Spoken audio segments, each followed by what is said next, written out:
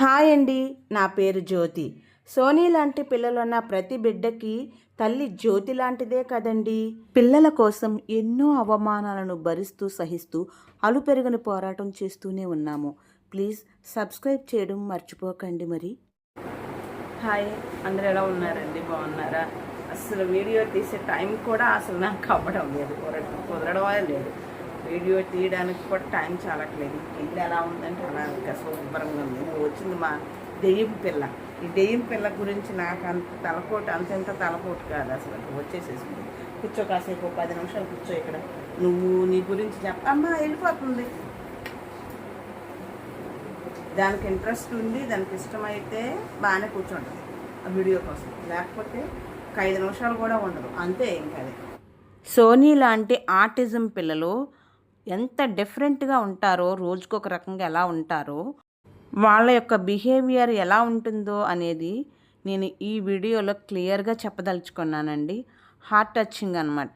ప్రతి ఒక్క ఆటిజం పేరెంట్స్కి నిజంగా విన్నవాళ్ళు మీ పిల్లల గురించే అన్నట్లు తప్పకుండా ఫీల్ అవుతారండి.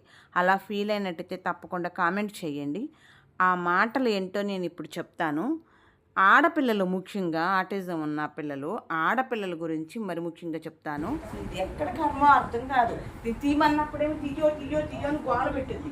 తీయపోతేనేమో నేనేదో ఒక వీడియో షూట్ చేసుకుందామని పెడితే ఎందుకు స్టాండ్ పెట్టామని కయ్యమని అరుస్తుంది. ఎప్పుడు అలా ఉంటుంది నాకే తెలియదు అసలు.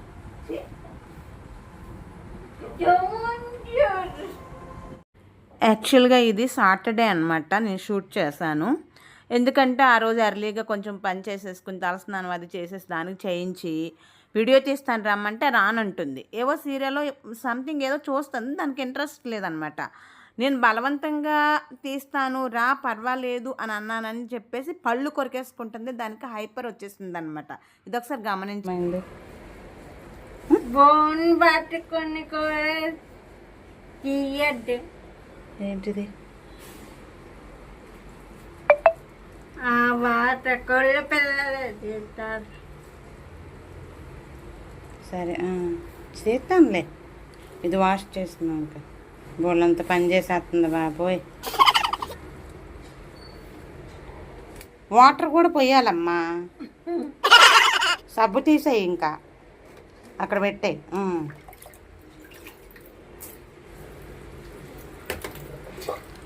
భలే నీట్గా కడుగుతున్నావురా సోనీ.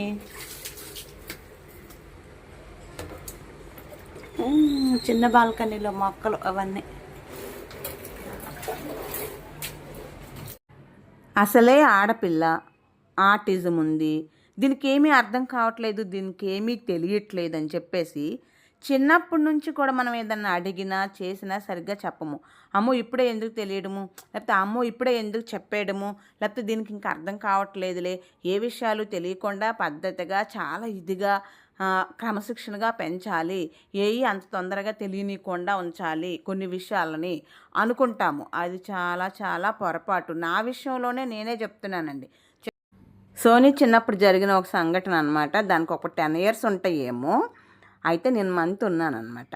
అది ఎప్పుడు చూసేసిందో ఫ్యాట్ పైన బ్లీడింగ్ ఉంటుంది కదా, ఆ బ్లడ్ చూసేసి అది ఏమనుకుందో ఏడుపు స్టార్ట్ చేసింది. ఇది ఎందుకు ఏడుస్తుందో నాకు అర్థం కాలేదు.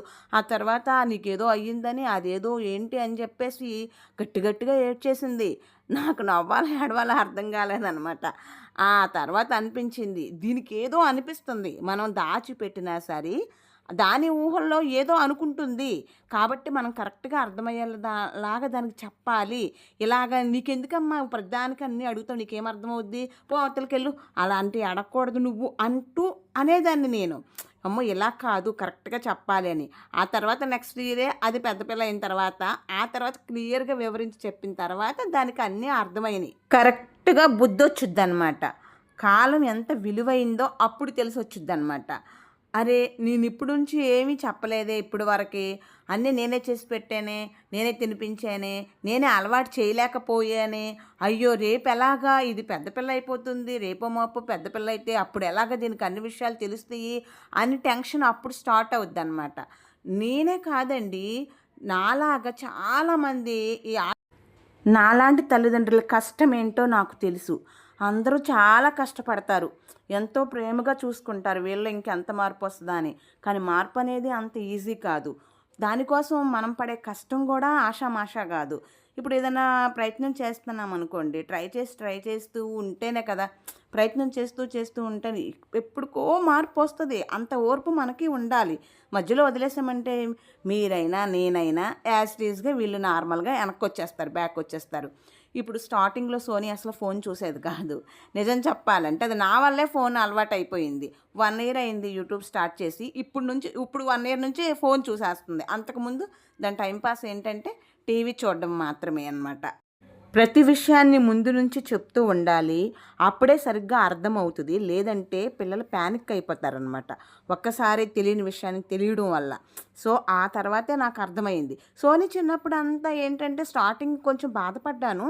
ఆ తర్వాత అంతా ఎంతసేపు బంధువుల గురించి, నా వాళ్ళ గురించి, మా వారు వాళ్ళ తరపు వాళ్ళ గురించి, ఇటు అటు ఏదో చూడలేదని, ఏదో పెట్టలేదని, ఇవే గొడవలు తప్పనించి పాప చిన్న వయసే కాబట్టి పెద్దగా ఏమీ బాధ అనిపించలేదు. నెక్స్ట్ తర్వాత కానీ నాకు అసలు అర్థం అవ్వలేదనమాట. నా హెల్త్ ఎప్పుడైతే కొంచెం ఇదయిందో, పాడయిందో, అప్పుడు నాకు భయం స్టార్ట్ అయిందనమాట. దీనికంటూ ఎలా నేర్పించాలి, దీనికంటూ ఎలా చెప్పాలి అన్నీ తెలియడానికి అని. ఇప్పుడిప్పుడు నాకు 2 విధాలుగా అనమాట, ప్లస్ మైనస్ అయినట్టు ఛానలు. ఒక రకంగా సోనీ తతత మమ్మమ్మ అన్నది కాస్త కొంచెం మాట్లాడగలుగుతుంది. అంటే దానికి అవసరమైనప్పుడే ఇదివరకు మాట్లాడేది. కానీ ఇప్పుడు ప్రతిదానికి ఫాస్ట్గా సమాధానం చెప్పడము, ఫాస్ట్గా నేర్చుకోవడానికి ట్రై చేయడము అది చేస్తుంది. నా నెక్స్ట్ ప్రయత్నం ఏంటంటే ఏదో రకంగా సోనీని కొంచెం బ్యాలెన్స్ వచ్చేలాగా నడిపించగలగడము, అదొకటనమాట.